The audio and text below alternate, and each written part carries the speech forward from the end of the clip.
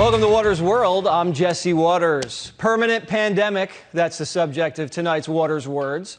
Fear gives them power. That's what Democrats do. Make you so scared that they can control you. They want to keep us in a forever pandemic, so the left isn't doing the one thing they always tell you to do: follow the science. The CDC issuing guidance this week telling vaccinated Americans to wear masks indoors in public places with high cases. Do average Americans follow case counts, county by county? No. Case counts are kind of irrelevant at this point. If you're vaxxed, this virus isn't deadly anymore. Your chance of catching COVID is small, and there's more than a 99% chance you won't die from it or even go to the hospital. Out of 161 million Americans who've been vaccinated, just a little over 1,000 have died. These are CDC numbers, and almost all these deaths were older Americans with health problems. Now, any death is one too many, but big picture, you have a 0.0007% chance of dying from COVID if you're vaxxed. Low risk there is an understatement. You have a bigger chance of dying from a car crash, whose death rate is 0.0009%, but we still get in the car every day, don't we? But the left's hysterical. They're just being absolute Karens about all this, and they can't stop yelling about how some people aren't getting vaxxed. So they're just deciding to punish everybody. The left keeps talking about COVID cases are up, but they're not talking about the low number of deaths. The average is just a couple hundred deaths a day in the U.S. This is the least deadly month since the pandemic began. They're talking about cases now because deaths are so low. The left overreacts because that's what they do. It's not possible for the country to function if Americans aren't willing to put up with the tiniest amount of risk. But again, back to masks. They want you to be like Secretary of Defense Lloyd Austin here. Can you believe that? Wearing a face shield and a mask. How embarrassing. First they said, don't wear a mask. Then they said, wear one. The left shamed everybody and everyone that didn't. You're not wearing a mask. I can't buy you. So what? The people there are just not worried about it, Cal? Are they not worried about their own personal safety? But you can see, here, just around. Nobody's wearing them. Nobody's, there you go, including the cameraman.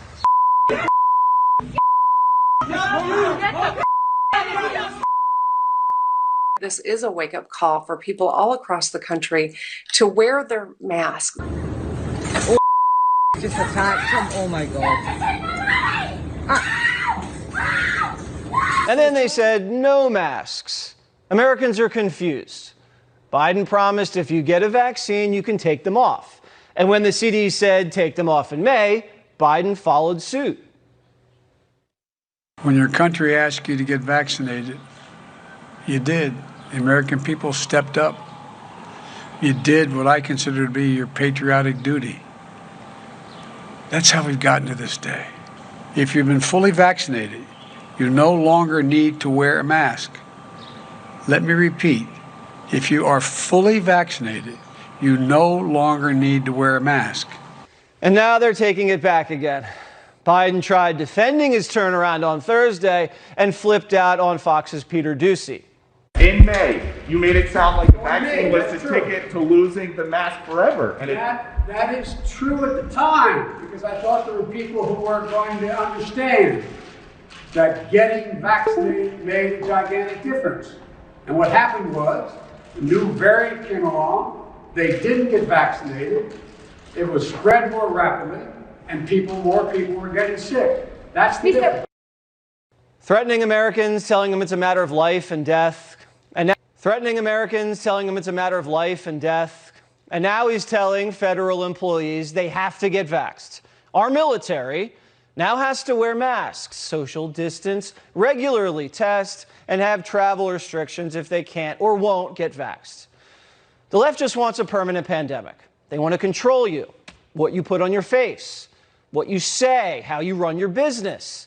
They don't have the facts, so they push the fear. They're devoted to dividing Americans into bitter camps for political gain, the vaxxed and the unvaxxed. It's like the new race hustle. DC's going crazy. They reimposed their indoor mask mandate, even if you're vaxxed, anybody over 2 years old. Ready? There's been one COVID death in July, all at DC. One, which has a population of 700,000 people. There were more homicides in that time frame in July. And yet they decided, let's punish those who actually got the shot. The White House says DC is a hot zone. Yet there were 21 COVID patients in DC hospitals as of Monday. It gets worse, though. Now, if you're visiting the Capitol and not wearing a mask, you'll be arrested. But cross the border with COVID illegally, and you get a free bus ticket to any city you want. By the way, who brought COVID to the Capitol in the first place? It was the Texas Democrats who fled their state. And yet Pelosi's calling House Minority Leader Kevin McCarthy a moron. I have nothing to say about that except we honor it. Leader McCarthy says it's against the science. What's moronic is punishing the good people of D.C. Congressman Chip Roy ripped Democrats for their moronic behavior. We have a crisis at our border, and we're playing footsie with mask mandates in the people's house. I mean, it's absolutely absurd what this body is doing, the people's house. It's an embarrassment. It's a mockery. And the American people are fed up. They want to go back to life. They want to go back to business. They want to go back to school without their children being forced to wear masks. And the speaker comes down here at 10 o'clock in the morning saying we got to wear masks in the people's house while we've got thousands of people pouring across our border and Democrats don't do a darn thing about it, heavily infected with COVID. We are absolutely sick and tired of it, and so are the American people. This institution is a sham, and we should adjourn and shut this place down. If Democrats are really so worried about COVID, why aren't they doing anything about our open borders? Biden was elected on the promise of stopping COVID, but he's the one letting it in and then blaming us for rising cases. At the Mexican border, there was just a 900% increase in the number of COVID-positive migrants who were detained in the Rio Grande Valley. And that's just one section of the border. He closed the Canadian border, but not the Mexican one. Canada cases are down, while Mexico's cases way up. It's ridiculous. Why should we take anything he says about COVID seriously? And then when will the CDC recommend we close the border? Vaccinated media personalities urging the government to mandate that they wear masks again. If they're fully vaxxed, why would they have to wear masks? And if they want to wear one, go right ahead. No one's stopping you. Now, Donald Trump handed Biden a vaccine and an economy on the rise. But Joe's blowing it. He's botching the economic recovery. Businesses are now scared to bring back their workers after this mask guidance. People are canceling their plans, planning to stay home now because they're all freaked out. He's shattering confidence in the vaccines, and he keeps changing his tune and guidelines every single month. The only thing he and the CDC are achieving is scaring us, or confusing us, or just annoying me. Speaking of annoying, CNN's Don Lemon has a message for the unvaccinated. Don't get the vaccine, you can't go to the supermarket. Don't have the vaccine, you can't go to the ball game. Don't have the vaccine, can't go to work. You don't have the vaccine, can't come here. No shirt, no shoes, no service. All these people are saying, I don't want to put this stuff in my body. They're out drinking on the weekend and putting other substances in their bodies. That's way worse for them than a vaccine. So come on, let's be real. There it is, all about control. The left wants to tell you what you can and can't do. Why wouldn't you be able to go to the supermarket when over half the country's vaxxed, but you could go to the supermarket last year when nobody was vaxxed? Democrats are also continuing their quest for control by pushing vaccine passports. Now, vaccine passports aren't about saving lives. They're about punishing people who aren't vaxxed. Biden's even looking into if the federal government can impose mask mandates on the whole country. Why not push for vaccine mandates in states, private companies, schools? Do you want to see those entities pass vaccine mandates? Well, I'd like to see them continue to move in that direction, and that's why I pointed out. I had asked the Justice Department to determine whether they're able to do that legally, and they can. It's still a question whether the federal government can mandate the whole country. I don't know that yet. Although I got the vaccine myself and encourage everybody to, you can't punish Americans for not injecting themselves with a brand new vaccine. Encourage, but you can't punish. Without freedom, we have nothing. The U.S., our Constitution, our entire social fabric is not going to be permanently changed by a virus that we nearly defeated. We basically beat this thing in a year. Daily deaths at an all-time low, and COVID-19 isn't even in the top 5 leading causes of death in America right now. But we're stuck acting like every day is D-Day. No, we're in mop-up mode, basically. Everything's open and has been for months. More than half the country's vaccinated, and more continue to get shots every day. Everyone's flying, eating, making out, enjoying their lives. If this was Ebola, then yeah, you push hard for 100% vaccination. But COVID, even before vaccines, had a 98% survival rate. And now that it's even higher if you're vaxxed. Americans have all this information. They know the risks. You can only push so far, but the left won't stop. They're pushing and keeping us in this permanent pandemic. The left's always saying the right wing is moving towards authoritarianism. But they're the ones that want to force injections into Americans' arms, then censor you for speaking out against it. What's more authoritarian than that? Joining me now to react, author of The Authoritarian Moment, How the Left Weaponized America's Institutions Against Dissent, Ben Shapiro. All right, Ben, before we get to the book, which is great, what is your reaction to this craziness regarding masks? It is madness, and it's not rooted in anything resembling logic or data. And the simple fact of the matter is that, as you mentioned, Jesse, if you have had the vaccine, you're essentially safe from this virus. And if you haven't had the vaccine at this point, it's been out there for months. You've had every ability to get it. You can make your own risk assessment. And now whatever happens is on you. The notion that we have to mask up everybody who's vaccinated to protect the unvaccinated, or that whatever Joe Biden says about masking is going to be effective anyway across the country, is asinine on its face. Beyond that, the undermining of confidence in the vaccine is the big takeaway, I think, for a lot of Americans who are sort of on the fence. If you go out there and you keep saying over and over and over that people who are vaccinated are still transmitting, people who are vaccinated are still creating risk, a lot of people out there are going to say to themselves, their big takeaway is the vaccine's not working the way that you said it was working, which, of course, is not true. The vaccines are working. They are working to prevent hospitalization. They're working to prevent death. But at a certain point, you have to say to the American people, you're on your own now. Yeah. Go back to regular life. The movement of the goalposts here has been astonishing. At the beginning, it was 2 weeks to slow the spread. Don't overwhelm the hospital system. So we did that. Then it was wait until the vaccines are available. Then we did that. And then it was wait until all adults have had the opportunity to get the vaccine. And we did that. So what are the goalposts now other than something that is utterly impossible, zero COVID? And yet that's what the Democrats and the White House seem to be focused in on. Treat us like adults. That's all we're asking for. All right, so I was flipping through this the other day, The Authoritarian Moment. I thought it was really great, and I highly recommend it. We're looking at this movement, which you describe a few pillars, this constant revolution and destruction of everything that's come before us, this censorship from the top down, and this kind of moral superiority that everybody that disagrees with you is evil. Tell us what this left-wing authoritarian movement looks like, and are you scared of it?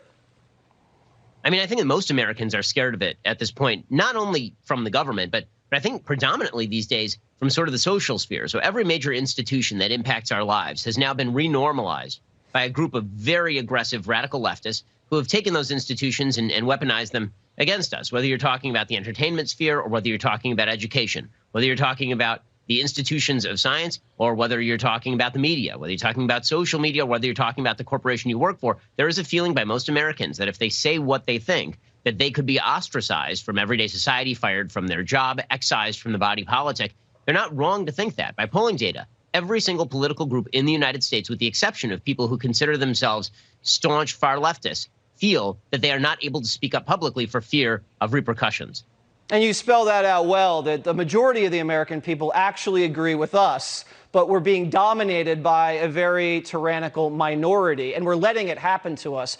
In the book you describe, and I want to zero in on this, something people can do in order to resist the cancel culture and the oppression that a lot of people on the right feel, especially predominant in corporate America. What would be your suggestion when you're just being inundated with this diversity training all the time and you feel like you can't speak freely at your office? How do you suggest Americans counter that?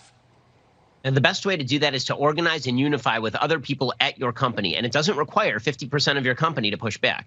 To understand what you have to do, you have to understand that what the left really has done is they've taken about 20% of each institution, and then they've been very aggressive and very intransigent, and they've waited for all the people in the middle to just collapse out of fear or risk aversion or conflict aversion. Well, you can do the same thing from the other side. If you can get 20% of your company to write the bosses and say, listen, these guys over here, they want us to have Ibram X. Kendi in here to indoctrinate us about the evils of whiteness. We're not going to do that. Perhaps your boss says in response, okay, you know what? We're not. We're just going to be neutral on these issues, because all that the right has to do here is push these institutions back into neutrality, not into right-wing orientation. Just back into neutrality would be good enough. All we're asking for is respect and neutrality. And you mentioned something in the book about hatred.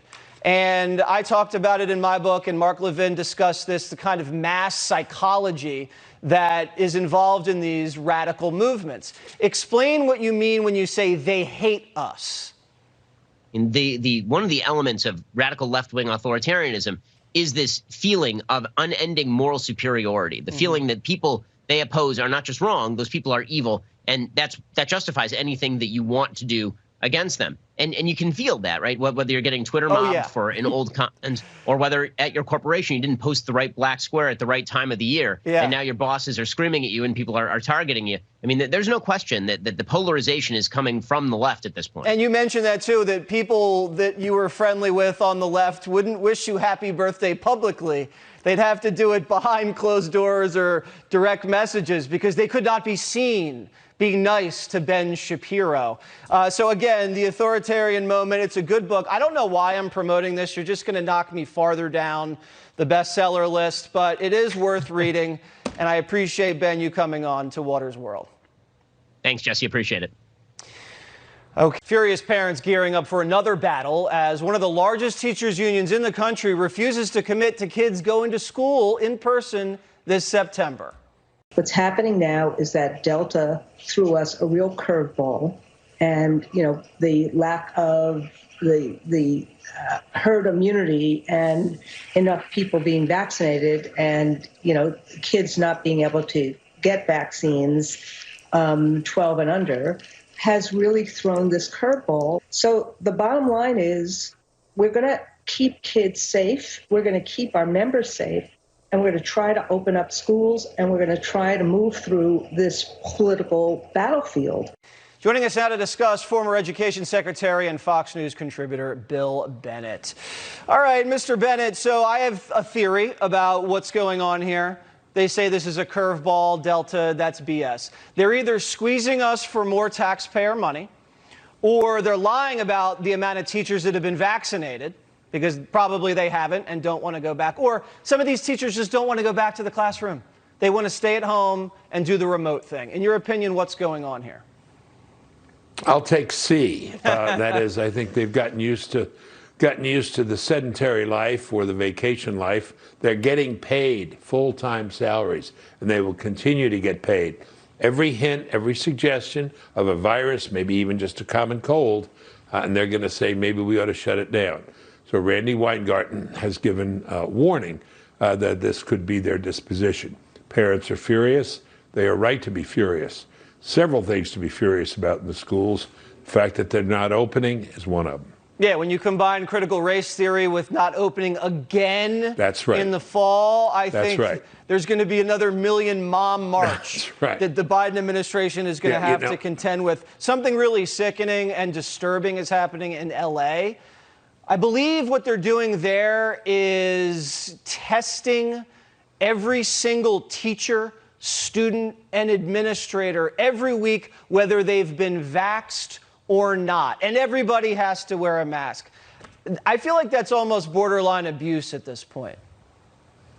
Yeah, no, it's crazy. And what they've done here is they'll infuriate the parents even further, and they'll make the teachers angry, and the teachers may go on strike, and this will give them another reason not to go back to class. But you're right about critical race theory. I'm ambivalent about whether the schools should open. Given what they are teaching in a lot of our schools, I am ambivalent. Here's what I want to see. I want to see full choice. In the state of West Virginia, the money is attached to the child's backpack. It goes wherever the child goes. Public school, private school, Catholic school, homeschooling. You don't like what's going on, the teachers don't show up, school isn't open, you don't like what they're teaching, you go somewhere else, and more options are opening up. This could be the pivot point, Jesse, for a real change in education, and I'm hoping it is. And they can thank their own bad behavior on several fronts, not showing up and then showing up with bad stuff. Well, Greg Gutfeld made the exact same point that Bill Bennett did. So if Bill Bennett and Greg Gutfeld agree on something, it's got to be true. All right, Secretary. I did my PhD thesis. Under Professor Gutfeld. Yes. I studied under him. Yes, Professor Gutfeld. I think that should scare every child in America. Thank you very much, Secretary. We really appreciate you coming on Water's World. Thank you, Jesse. My pleasure. Crime, a new edition of Crime Watch. Crime surging all across the country, especially in cities that defunded the police. Murder, shootings, robberies. It's getting worse by the day. Some big cities are starting to panic, crying for more help. But it's too late. No one wants to be a cop right now. Even retirements are at an all-time high. Let me tell you something. Oh. Gunfire in Philadelphia after a wild fight between two dudes outside Pat King Estates, famous spot for tourists. It all started over a parking spot. One man was killed, but the gunman says it was self-defense. Here to analyze caught on camera crimes, former Philadelphia police officer Nick Jaras. Nick, your take on the Philly situation. I'm sure you've been down there and had a steak lit whiz. Yeah, I've had many steaks down here. You know. Unfortunately, we have a situation here where calmer heads should have prevailed. Mainstream media was really quick to jump all over this, that the racist white citizen killed a person of color, shot him. But when you watch the video, it tells a different story. You actually see that I believe his name is Pedro. He's the actual aggressor. You see him charging Burkett from probably about 10 yards away. And when you're in a physical altercation like that, the Pennsylvania law states if you feel as though your life is threatened or even that serious bodily harm could happen to you, you have a right to defend yourself. You don't have to flee or retreat. So when they go off screen, you hear the shot. Before they go off screen, you clearly see that Burkhead is in, pretty much an area of distress. He's in a headlock. Pedro has complete control over him. So yeah, and you really have to be cautious. You can't start throwing hands in the middle of a cheesesteak spot. You don't know who has guns. Anybody could be packing, and then look what happens. The guy gets shot, and he's dead. All right, and look at what happened up in Brooklyn, my neck of the woods. Shocking video. A masked gunman just spraying bullets on the street, broad daylight. You could see a woman pushing a baby stroller nearby. She takes off running. One guy was shot in the foot. It's just kind of brazen when you look at it. You don't really expect, Nick, to see this happening in broad daylight. Guy has a mask on, it looks like. I mean, you don't. This is New York City. This isn't. I mean, it's like a third world country. Well, that's exactly where we wanted to head. Like 2008, Barack Obama said, let's level the playing field. And apparently that's to bring us down to a third world country. It's all by design. They want to collapse our criminal justice system. But, this isn't Kevin Costner, and we're not watching Untouchables with the baby carrot scene. This is real life, bullets flying. I mean, and before we were so desensitized about what's going on. Look how calm and collective this guy is walking out in public, shooting, and it looked like that guy in a striped shirt might have been his target. Regardless, how calm. Yeah, I mean, he measured up the shot behind the car. Looked like he didn't have a care in the world. And this is a similar situation. Yeah, there's no police there. I don't know what's going on here with de Blasio and the police department. It's a mess. There's some surveillance video I want to show you right now, this nightclub parking lot in Texas. It's a wild gunfight. It just erupts. Again, broad daylight, 3 people injured. You can see one man holding a baby. trying to get away. Yeah. And again, just kind of the casual nature of these guys letting off rounds in broad daylight, it almost seems like a game. I mean, they're not great aim, obviously. I mean, these aren't marksmen. But that's what makes it so dangerous, because, you know, anybody could be a victim. Absolutely. There's no consequences to their actions. My favorite part about that video, though, is the guy hiding behind the particle board door, and he shuts the door after each shot, like, you know, bullets won't penetrate that little bit of particle board. But, I mean, you know, look at all the guns that are available, and you'll have, you know, you have people start giving the Second Amendment argument and pushing for gun control. You know, there's no long guns, there's no AR-15s that were involved in this. These are gunfight. handguns. I'll guarantee most of them came from the border, right across with everything else, along with COVID. Yep. Right, but we're not going to shut the borders down. No, Everyone wear a mask. You'll be safe. They'll stop bullets too. Yeah, exactly right. All right, Nick. Thanks for coming on Water's World Crime Watch. People love it. Thank you. Is cancel culture killing comedy and Hollywood? I think we know the answer. Cancel culture is killing comedy. Everyone's so offended by everything. Remember the good old days when it was okay to laugh at an inappropriate joke? And Tim Allen has spoken out against cancel culture and the left's war on free speech. And now he's returning to stand up. A little worried about the PC police, Allen tweeting this, very nervous as I've been off stage for over a year. Wonder if government agents will be policing comedy from the back of the house. He might be right about that. Joining me now to react, comedian Adam Carolla. All right, Carolla, I want to read to you a quote from Tim Allen a couple years back, and he said this: I like pissing people off. And I said there's nothing, especially in this area, that pisses people off more than a very funny conservative. A smart, funny conservative that takes shots and is certainly self-effacing. Would you agree with that? Yeah, I do. For some reason, you know, comedy used to be a counterculture thing, used to push back against the man. And as I've always said, I live in California. The man is not Donald Trump. The man is Gavin Newsom, and the man is Eric Garcetti, the mayor of Los Angeles. And no one wants to push back against the actual man who is running your life. We do these sort of faux men. You know, Trump's somewhere in Florida golfing right now. He's not in charge of you or mask mandates or anything else. So at some point, comedy turned into a sort of popularity contest when it used to be a contest to see who could make the most people think, agitate the most people, and get the most conversations started. And I never even cared the politics of the comedian. I was just laughing at everything if it was funny. And this is pretty funny. You took a shot. Your material's pretty good. Here is Adam Carolla on Gavin Newsom. Run it. No business with more than 18 employees shall have a boardroom that does not have a bi-curious llama in it. A bi-curious llama of color. We're gonna need an owl that's transitioning. The state is on fire and we're broke, okay? Bi-curious llama of color. You've hit on the absurdity of liberals in 2021, and that's funny. Do you feel like you've been marginalized because you're conservative? Because I just think that's funny whether you're right or left. Well, if you're going to live in Hollywood and you're going to be conservative, then you shall be punished. The question is, to what extent can they punish you? I have my own podcast. I write books. I make documentaries. I go on tour. I play clubs and theaters. So it's a little tough to pull the plug on me. Now, if I just work for the Disney Corporation, then I would absolutely be punished. Now, none of my documentaries make it into Sundance, which is the biggest film festival in the world. Right. So I'm punished that way. But it's a small price to pay for speaking your mind. And you're just making people laugh.